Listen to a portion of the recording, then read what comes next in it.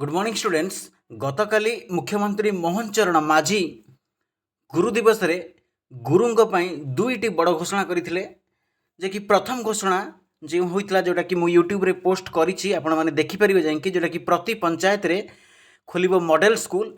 सेटा आपण माने जांकि देखि परिबे मॉडल स्कूल केबे खोलिबो आ केबे नियुक्ति मिलिबो कोन हेबो सेटा प्रति पंचायत रे हेबो मॉडल स्कूल। यह छात्र छात्री मानक पई एक सुवर्ण सुजोग, कारण जो माने इच्छा प्रकाश करुथिले रुचि रखिथिले शिक्षकता पई तांको पई तो सुवर्ण सुजोग। किंतु आउ गोटे कथा बड़ घोषणा करिसेंती गतकाली जे कि एई गुरु दिवस रे जे कि 3 सप्ताह रे 16,010 शिक्षकों को मिलिबो नियुक्ति जूनियर टीचर।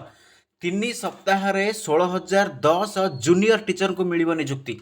ओके, तो ए संपर्कित न्यूज टी बाहरी सारी।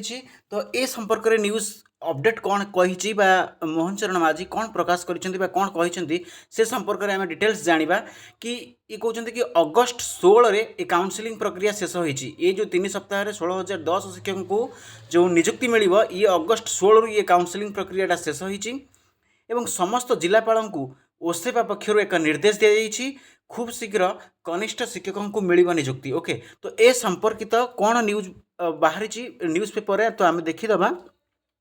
गुरु दिवस रे मुख्यमंत्री मोहन चरण माझी बड़ घोषणा करिसेंती आगामी 3 सप्ताह मध्य राज्य में 16,010 कनिष्ठ शिक्षकों को नियुक्ति मिलिबो बोली मुख्यमंत्री सूचना प्रदान करिसेंती। सूचना अनुसार गत अगस्ट 16 तारिख रु काउंसलिंग प्रक्रिया सरी क्यों विद्यालय रे काहाकू नियुक्ति दियाजिबो ताहार तालिका मध्य संपृक्त जिला को पठा सरी।